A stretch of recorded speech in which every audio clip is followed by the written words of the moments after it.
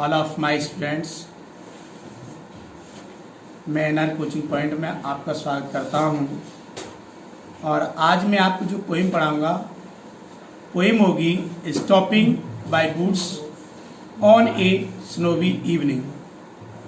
बेटा इसके कवि जो हैं रॉबर्ट फ्रॉस्ट हैं। यहाँ कवि हमें कुछ सिखाना चाहते हैं। देखो, हर कविता में कहीं ना कहीं कोई भी कवि हो, वो कहीं ना कहीं कुछ ना कुछ हमें शिक्षा जरूर देना चाहते हैं। यह इनकी एक नई पहल है, एक नई शिक्षा के माध्यम से भी कुछ बताना चाहते हैं। ये कहते हैं कि जब हम अपने लक्ष्य की ओर जा रहे हों, जब हम कहीं अपने लक्ष्य की ओर जा रहे हों और ऐसी स्थिति में यदि हमें कोई सुंदर वन, कोई प्राकृतिक सुंदरता या कोई आर्टिफिशियल सुंदरता, यानी यदि हमारे किसी रास्ते को अवरुद्ध करती है, हमारे रास्ते को रोकती है, तो हमें वह देख करके रुकना नहीं चाहिए, वह देख करके हमें ठहरना नहीं चाहिए। ये रॉबर्ट फ्रॉस्ट एक ऐसे कवि हैं जो खुद अपनी इस कविता को व्यक्त करने के लिए अपनी पूरी ताकत लगा देते हैं। अपने पूरे, यहाँ तक उन्होंने अपने खुद के बारे में भी बताया है कि कैसे कहा इन्होंने कि जब एक व्यक्ति, यानी यहाँ तक कह दिया कि ये खुद रॉबर्ट फ्रॉस्ट अपने एक छोटे घोड़े के माध्यम से और कहीं जंगल से होकर जा रहे हैं, तो सुंदर सुंदर जंगलों को देख करके ये वहां रुकना चाहते हैं, यहाँ रुकना चाहते हैं। और जब ये रुकना चाहते हैं तो ये सोचते हैं कि जब यहाँ मैं ठहर गया तो मेरा ये छोटा घोड़ा, ये घोड़ा मेरा क्या सोचेगा, ये क्या कहेगा, इसके विचार क्या होंगे, और फिर या मैं रुक जाऊं तो रुक कैसे जाऊं, यहां तो कोई फार्म हाउस भी नहीं है, एक ठहरने का स्थान भी नहीं है। और जब मैं किसी बिना ठहरने के स्थान के अगर यहां मैं रुक गया तो मेरा घोड़ा मुझ पर शक करेगा। क्यों? क्योंकि मुझे सोने से पहले कई मील दूर जाना है और सोने से पहले अपने वचन को यानी निभाना है। यहाँ रॉबर्ट फ्रॉस्ट अपनी कविता को अपनी पंक्तियों के माध्यम से शुरू करते हैं और क्या कहते हैं, सुनिए। Whose boots these are, I think। सीधा उन्होंने कहा है कि whose यानी किसके, boots यानी जंगल, these are, these माने ये, are माने हैं, ये जंगल किसके हैं। I think मैं सोचता हूं, I think मैं सोचता हूं, I know मैं जानता हूं। प्यारे, मैं जानता हूं, मैं जानता क्या हूं, his house is in village, यानी किसमें, आई नो मैं जानता हूं, हिज हाउस उसका घर है, कहां है, इज इन द विलेज, यानी उसका घर गांव में है, उसका घर गांव में है। इस बात को मैं जानता हूं, लेकिन सोचता क्या हूं, ये जंगल किसके हैं। दो यद्यपि ही विल नॉट सी मी, ये कह रहा है, यदि फिर भी उसने सीधा कह दिया कि ही विल नॉट सी मी, यानी वो मुझे नहीं देखेगा। स्टॉपिंग हियर, स्टॉपिंग यानी ठहरते हुए, हियर यहाँ, यानी वह मुझे यहाँ ठहरते हुए नहीं देखेगा, नहीं देखेगा। अगर मैं ठहर भी गया तो वो यहाँ ठहरते हुए नहीं देखेगा। बताए कि टू वॉच देखेगा, हिज बूट्स, यानी देखकर, किसको देख करके रुक जाऊं, यही टू वॉच देख करके, हिज बूट्स उसके जंगलों को, फिल अप जो भरे हुए हैं, विद स्नो बर्फ से, जो किससे भरे हुए हैं, बर्फ से भरे हुए हैं। ये सुंदर सुंदर जंगल यानी जो बर्फ से भरे हुए हैं, इन जंगलों को देख करके यदि मैं यहाँ रुक भी जाऊं तो वह मुझे देख नहीं पाएगा। क्यों? क्योंकि उसका घर गांव में है, उसका घर गांव में है। आई नो, इस बात को मैं जानता हूं। कभी इस बात को कहते हैं, इस बात को मैं जानता हूं। आगे उन्होंने क्या कहा है, माई लिटिल हॉर्स, बेटा माई लिटिल हॉर्स, मेरा छोटा घोड़ा, लिटिल माने छोटा, हॉर्स माने घोड़ा, यानी मेरा छोटा घोड़ा। एक बात सोचने की, घोड़ा यानी भारत में घोड़ा देखे हैं, हॉर्स जो देखे वो बड़े बड़े होते हैं, यहाँ पर आस छोटा होता है, छोटा। यहाँ विदेशी कवि है, लेकिन मैं ये नहीं कह सकता विदेशी कवि है तो इतना गिरा हुआ है, लेकिन नहीं, मुझे लग रहा है कि वो एक गधे को भी घोड़ा मानता है। हमारे यहाँ गधे जो है वो गधे यानी छोटा गधा, यानी जो घोड़ा बोल रहा है वो छोटा, माई लिटिल हॉर्स, तो वहां अपने यहाँ उसको गधा कहते हैं, गधा है। और वहां क्या कहते हैं उस गधा को, यानी लिटिल हॉर्स, छोटा घोड़ा, उसको वो घोड़ा कह रहा है। इतनी इनकी मद बुद्धि हो जाती कभी कभी, यानी विदेशियों से तुम कई गुना आगे हो। जब गिनती बनाई गई तो गिनती में उन्हें क्या मिला? केवल 9 अंक तक उन्होंने बना पाए, 1 से लेकर के 9 तक।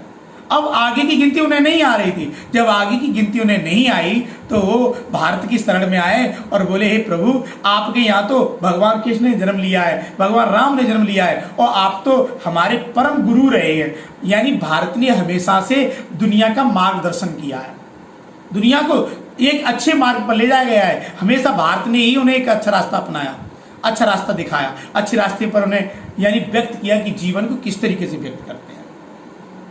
लेकिन फिर भी ये हमारी एक दुर्दशा है कि हम विदेशियों के पीछे पड़े हैं, हम विदेशियों की नकल करना चाहते हैं, हम विदेशियों की वस्तुओं को अपनाना चाहते हैं, हम विदेशियों की ऐप्स को अपनाना चाहते हैं। ये हमारी एक दुर्दशा है, ये हमारा एक दुर्भाग्य है। हमें अपने भाग्य को जगाना होगा, हमें फिर से अपने पैरों पे खड़े होकर के अपने दिमाग को जगा करके और फिर अपने लक्ष्य की ओर जाना होगा।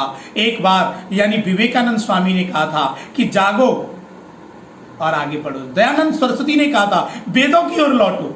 क्यों नहीं लौटते? तुम्हारे वेद जो हैं, जो वेद तुम्हारे अंदर, जो तुम्हारे देखो तुम्हारे जो वेद हैं उनके अंदर बहुत कुछ दिया हुआ है।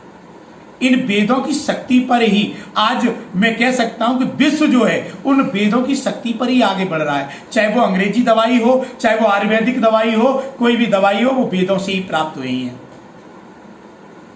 अंग्रेजी दवाई कोई किसी दूसरी चीज से नहीं बनाई जाती, वो भी कहीं ना कहीं पेड़ पौधों के माध्यम से गला करके उनको पाउडर के माध्यम से बना करके तब उनको गोली के रूप में बना के तैयार किया जाता है। वो भी वेदों से ही निकली है। तुम्हारे 4 वेद जो हैं और चारों वेदों में अलग अलग प्रकार की जो युक्तियां हैं उनमें ध्यान रखो, वेदों से ही सब कुछ प्राप्त हुआ है। तो दयानंद सरस्वती ने क्या कहा? वेदों की ओर लौटो मेरे प्यारे, वेदों की ओर लौटो। मैं तो यही कहूंगा अपने भारत की ओर लौटो, अपने देश की ओर लौटो, अपने देश के लिए कार्य करो, अपने लिए कार्य करो, अपने घर के लिए कार्य करो। अरे कुछ नहीं कर सकते तो कम से कम अपने स्वयं का इतना तो करो कि हम अपने स्वयं का ही पालन पोषण कर लें, अपनी स्वयं की पूर्ति कर लें। जब हर व्यक्ति अपनी अपनी पूर्ति कर लेगा तो भारत को किसी की जरूरत नहीं होगी। भाई नरेंद्र मोदी जी भी तो कहते इस बात को कि आत्मनिर्भर भारत मुझे बनाना है। आत्मनिर्भर तब होगे जब हर व्यक्ति अपने आप पर निर्भर हो जाए, स्वयं पर डिपेंड हो जाए, किसी दूसरे व्यक्ति की तुम्हें जरूरत न पड़े, किसी दूसरे के यहाँ से किसी वस्तु की जरूरत न पड़े। हमें सबसे ज्यादा कष्ट है तो इस समय हमें सबसे ज्यादा दुख है चाइना से। हमें चाइना की कोई वस्तु प्रयोग नहीं करनी चाहिए, चाहे भारत का ही प्रोडक्ट क्यों ना हो। वो भारत का प्रोडक्ट अगर महंगा मिलता है तो हमें महंगा ही खरीदना है, लेकिन भारत का खरीदना है। कम से कम इतना तो होगा कि भारत का पैसा भारत में तो होगा। तो यहां सीधा रॉबर्ट फ्रॉस्ट ये कहते हैं कि little horse, my little horse, मेरा छोटा घोड़ा। भाई एक छोटा घोड़ा क्या कहा है कि my little horse must think it quick. अगर मैं यहां ठहर गया, यदि मैं यहां रुक गया तो माई लिटिल हॉर्स, मेरा छोटा घोड़ा, मस्ट अवश्य ही क्या करेगा? थिंक, सोचेगा। इट, इस पर कोई आश्चर्य करेगा। किस पर? यदि मैं रुक गया उस पर, अगर मैं रुक गया उस पर, बताए कि टू स्टॉप, ठहरने पर, विदाउट ए फार्म हाउस। यदि मैं यहां रुक गया तो मेरे रुकने पर ये घोड़ा इस पर सोचेगा और इस पर आश्चर्य करेगा। टू स्टॉप, रुकने पर, without a farm house near, without a farm house. Farm house का मतलब होता है ठहरने का स्थान। एक बिना किसी ठहरने के स्थान के, या कोई पास में ठहरने का स्थान भी नहीं है, और अगर मैं बिना ठहरने के स्थान के यदि मैं यहाँ रुक गया, मेरे देवताओं, इस पर पता है मेरा छोटा घोड़ा भी मुझ पर शक करेगा, आश्चर्य करेगा, इस पर सोचेगा। कहा? बिटवीन द बूट्स एंड, बताया उसने, the between the boots and frozen land. Between, मध्य, किसके मध्य? बताया उसने, द बूट्स, इन जंगलों के मध्य, एंड और फ्रोजन लेक, और इस जमी हुई झील के मध्य। ये जमी हुई झील और इस जंगलों के मध्य यदि बिना किसी फार्म हाउस के मैं रुक गया तो इस पर क्या होगा? मेरा घोड़ा मुझ पर शक करेगा, मुझ पर आश्चर्य करेगा। और बताया किसके लिए? बताया कि the darkest evening of the year. The darkest, darkest माने क्या होती है? सबसे अंधेरी। इवनिंग, द डार्केस्ट का मतलब सुपरलेटिव डिग्री। ये सुपरलेटिव है, दिया हुआ है, आर्टिकल दी है और दी के बाद क्या दिया है, डार्केस्ट, EST लगी हुई है, डार्केस्ट, ये सुपरलेटिव डिग्री। द डार्केस्ट माने सबसे अंधेरी, इवनिंग ऑफ द ईयर, यानी इवनिंग माने शाम, ऑफ द ईयर माने वर्ष की, ये इस साल की, इस वर्ष की सबसे अंधेरी जो वर्ष है, सॉरी शाम है, इस शाम पर यदि मैं यहाँ इस जंगलों और इस लेक के मध्य रुक गया तो इस पर मेरा घोड़ा शक करेगा, आश्चर्य करेगा। आगे क्या है, he gives his harness bells a shake. यहां तक कवि कहते हैं, क्या कहते हैं, ही गिव्स